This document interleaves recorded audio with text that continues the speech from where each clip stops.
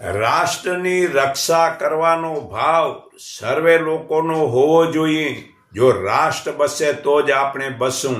તથા ભારતની સંસ્કૃતિ, સભ્યતા, આચાર વિચાર, રીત રિવાજ આપના સંતાનોને શિક્ષાના અભ્યાસમાં ઈશ્વર ભક્તિ, રાષ્ટ્રભક્તિ, માતા પિતા, ગુરુ વગેરેની સેવા, ધાર્મિક, પરમાત્મા, આત્મા, પ્રકૃતિ, વેદ, ગીતા વગેરે આપણા મહાપુરુષોનું સાચું જ્ઞાન ભણાવો. સારા ઉત્તમ ગુણોનો સમાવેશ કરાવો બહુ જ જરૂરી છે, જેનાથી આવનાર ભવિષ્યમાં સુખ, શાંતિ, સદાચાર, સેવા ભાવના વગેરે વર્તનથી રાષ્ટ્રનું કલ્યાણ થશે. તો બાળકોને શાસ્ત્ર જ્ઞાન અને શસ્ત્ર જ્ઞાન હાથમાં પકડી અને આમ શસ્ત્રનું જ્ઞાન મતલબ કે આપો. ખાલી ક્રિકેટ રમવું તે હથિયાર નથી.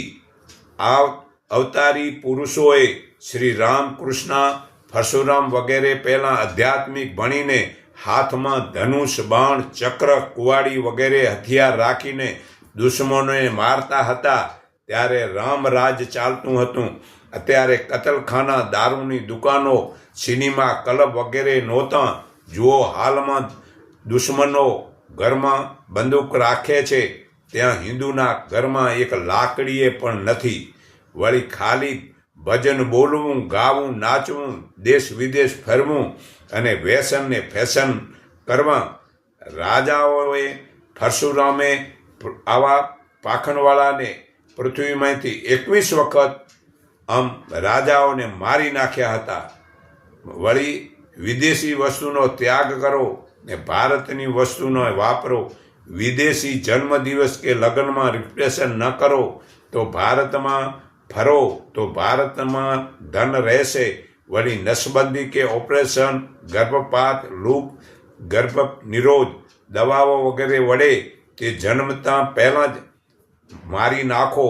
તે મોટું પાપથી હિન્દુની સંખ્યા ઘટે છે અને મુસલમાનની સંખ્યા વધે છે. તો કોંગ્રેસ ગાયોના હત્યારાને મદદ કરે છે તેમના વોટ માટે. તો હિન્દુઓ હવેથી જાગો અને વોટ તે ભાજપને આપો અને પરમાત્મામાં મનને પરાવો. તેથી આપણા શરીરની આસક્તિ છૂટે તો પરમાત્મામાં લીન થવું તે જીવતા મોક્ષ કહેવાય છે. તો આપણી સુરતાને પરમાત્મામાં પરાવો. તેમાંથી આ હજારો તરંગો મતલબ બહાર નીકળે છે ને ઓજસ અને આભામંડળ શક્તિ વધશે. તો ભારત સાથે યુદ્ધ નહીં કોઈ કરે તો રાષ્ટ્રનું રક્ષણ માટે